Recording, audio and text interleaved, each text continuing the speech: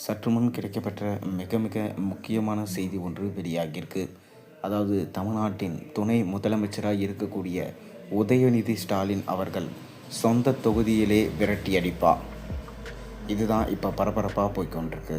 அதாவது உதயநிதி ஸ்டாலின் அவரோட சொந்த தொகுதியான சேப்பாக்கத்தில் பிரச்சாரத்துக்கு வரும்போது கண்டிப்பாக அவரை விரட்டி அடிப்போம் என சேப்பாக்க தொகுதி மக்கள் சொன்னதாக ஒரு குற்றச்சாட்டு எழுந்திருக்கு. அதாவது வருகின்ற 2026 சட்ட சபை தேர்தலில் திமுக அவர்கள் கிட்டத்தட்ட 200 தொகுதிகளுக்கு மேலே வெற்றியடைய வேண்டும் என ஸ்டாலின் சொல்லியிருக்காரு. அது மட்டும் இல்லாமல் உதயநிதி ஸ்டாலினிடம்தான் அனைத்து பொறுப்புகளும் கொடுக்கப்பட்டிருக்கு. வாக்காளர்கள் தேர்ந்தெடுப்பது, திமுகவை முன்னேற்றி கொண்டு செல்வது, பட்டியலை வெளியிடுவது, அது மட்டும் இல்லாமல் பூத்துகளை அமைப்பது போன்ற மிக முக்கியமான பணிகள் அனைத்தும் உதயநிதியிடமே கொடுக்கப்பட்டதாக தகவல்கள் வந்திருக்கு. இதனால் அவருடைய சொந்த தொகுதியான சேப்பாக்கத்தில் பூத்துகளை அமைக்கும் பணியிலும், அது மட்டும் இல்லாமல் மீண்டும் 2வது முறை அவரோட சொந்த தொகுதிகளை வெற்றியடைய வேண்டும் என மும்முரமாக அதற்கான வேலைகளை ஈடுபட்டிருக்காரு.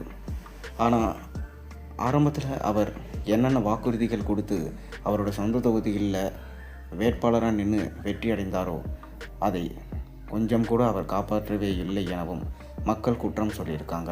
இளைஞர்களுக்கு கொடுக்கப்பட்ட வாக்குறுதிகள் அப்படியே இருக்குது எனவும் 1% கூட அதை நிறைவேற்றவில்லை. அதனால் கண்டிப்பாக பிரச்சாரம், ஓட்டு கேட்பு போன்ற விஷயங்களுக்காக உதயநிதி ஸ்டாலின் சேப்பாக்கத்திற்குள்ள நுழைந்து அவருடைய பிரச்சாரத்தை செய்தால் மக்கள் விரட்டி அடிப்போம் என உறுதியாக இருப்பதாக தகவல்கள் வெளியாயிருக்கு. அது மட்டும் இல்லாமல் இந்த 2026 சட்டமன்ற தேர்தல் இருமுனை போட்டியா அல்லது மும்முனை போட்டியா என்கின்ற குழப்பங்கள் ஏற்பட்டு கொண்டிருக்கு. அது மட்டும் இல்லாமல் ஓபிஎஸ் யார் அணியில் சேருவார், அதிமுக பக்கமா இல்லை திமுக பக்கமா என்கின்ற குழப்பமும் நிலவி கொண்டு தான் இருக்கிறது. மேலும் திமுக தலைவர் ஸ்டாலின் அவர்களுக்கும் உடல்நிலை சரியில்லாமல் செல்கிறது. இப்படி இருக்க அனைத்து தலைமை பொறுப்புகளும் உதயநிதி ஸ்டாலினிடம் கொடுக்கப்பட்டிருக்கு. ஆனாலும் உதயநிதி ஸ்டாலின் கண்டிப்பாக பிரச்சாரத்துக்கு வந்தால் அவரை விரட்டி அடிப்போம் என மக்கள் சொல்லிட்டு வராங்க. இந்த முறை யார் ஆட்சி அமைக்க போகிறாங்க என்பதை பொறுத்திருந்து தான் பார்க்க வேண்டும்.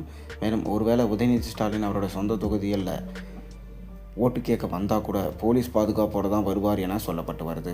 நீங்கள் என்ன நினைக்கிறீங்க? கருத்துக்களை மறக்காமல் கீழே கமெண்ட்டில் சொல்லுங்கள்.